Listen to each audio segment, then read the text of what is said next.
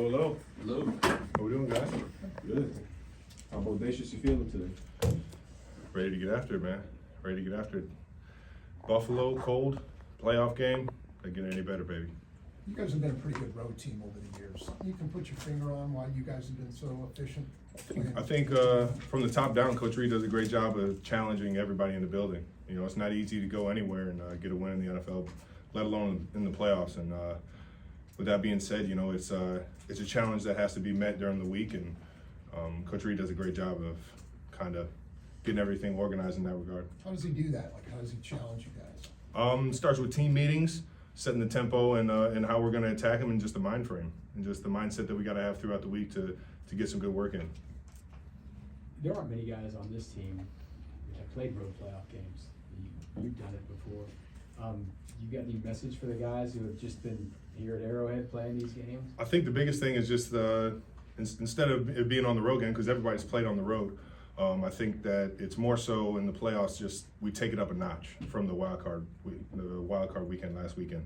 The playoffs are just, everything just kind of, it speeds up as you go along in the playoffs. And that's, I think, is more important, to stay focused, understand your assignments a little bit more, so you can go out there and play as fast as you possibly can. There's been a lot more snow still in Buffalo, so the stands are going to have snow. There were snowballs kind of getting thrown during some of the plays when they were playing the Steelers last week. It's a hostile environment, isn't it? Yeah. I mean, you got to just coach. It's Bills Mafia, man. Yeah. That's why that's their home field advantage. That's why it's. I'm sure the guys love playing for that fan base.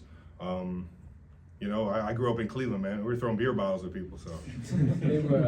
Coach Reed said, keep your helmet on, right? You don't want to get hit in the head with a snowball. But it seemed like when he got down to the end zone, that's when you saw some snowballs, kind of like maybe when someone's throwing a pass to someone in the end zone. Yeah, I'm watching the same stuff you're watching. I don't think there's any way to stop it. I just think, you know, you got to play in the conditions that you're playing. Trav, we've seen Jason's emotion, the past week or so, and I know he's not made a decision yet. How much are your thoughts with him and communicating with him in this process right now? Yeah, it came out that he retired, and he didn't really say any of that. So it's just the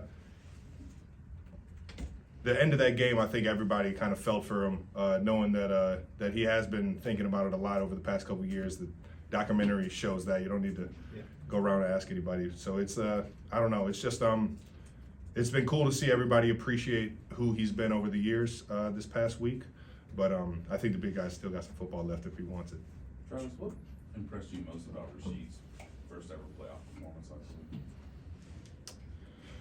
I mean, obviously, I was proud of him. I think he's come a long way, and I think he's still ascending as a player in this offense. And you know, it's just been fun to see him rise to the occasion, and really just catapult us in a lot of ways, both in the pass game and run game. And it's just been awesome to see him accept the challenges every single week of week 10 through 15. It kind of, as a rookie, you kind of get lost a little bit, and he's been real focused throughout that, and really hasn't hit a rookie wall as much as at least I did, for sure. Were there things you saw about him way back when, like maybe in training camp, that let you know he was going to be able to come along? What were those things? I would say just his attention to detail, his ability to kind of feel out defenses, be confident in what he's seeing in the defense to be able to find voids. I think he's been pretty spot on with that, and open to learning more about that kind of stuff. And obviously, when you're open to learning about stuff in this building, you're going to figure it out. You say, what kind of things does he come to you with? He's come to you with questions and for advice from time to time? I think nonstop. I just kind of developed a relationship with everybody on the team to talk through what we're going through out there on the field. Knowing that I've been in Coach Reed's offense for forever, I kind of understand how he wants it ran, how Pat likes some things ran, and then on top of that, just feeling comfortable in what you're seeing and kind of the rules and the leverages that the defense has. Sometimes you just need a little reassurance.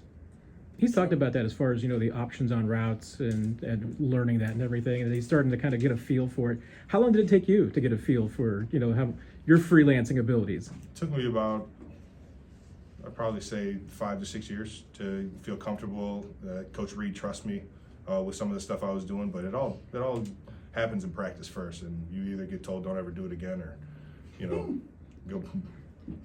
that wasn't bad. You know, it's either one or the other, and then you just kind of learn as you go.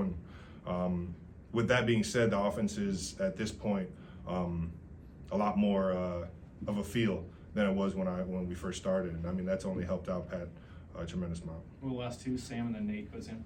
Travis, you made the decision to sit out in week 18. Did you notice the effects of that benefit last week?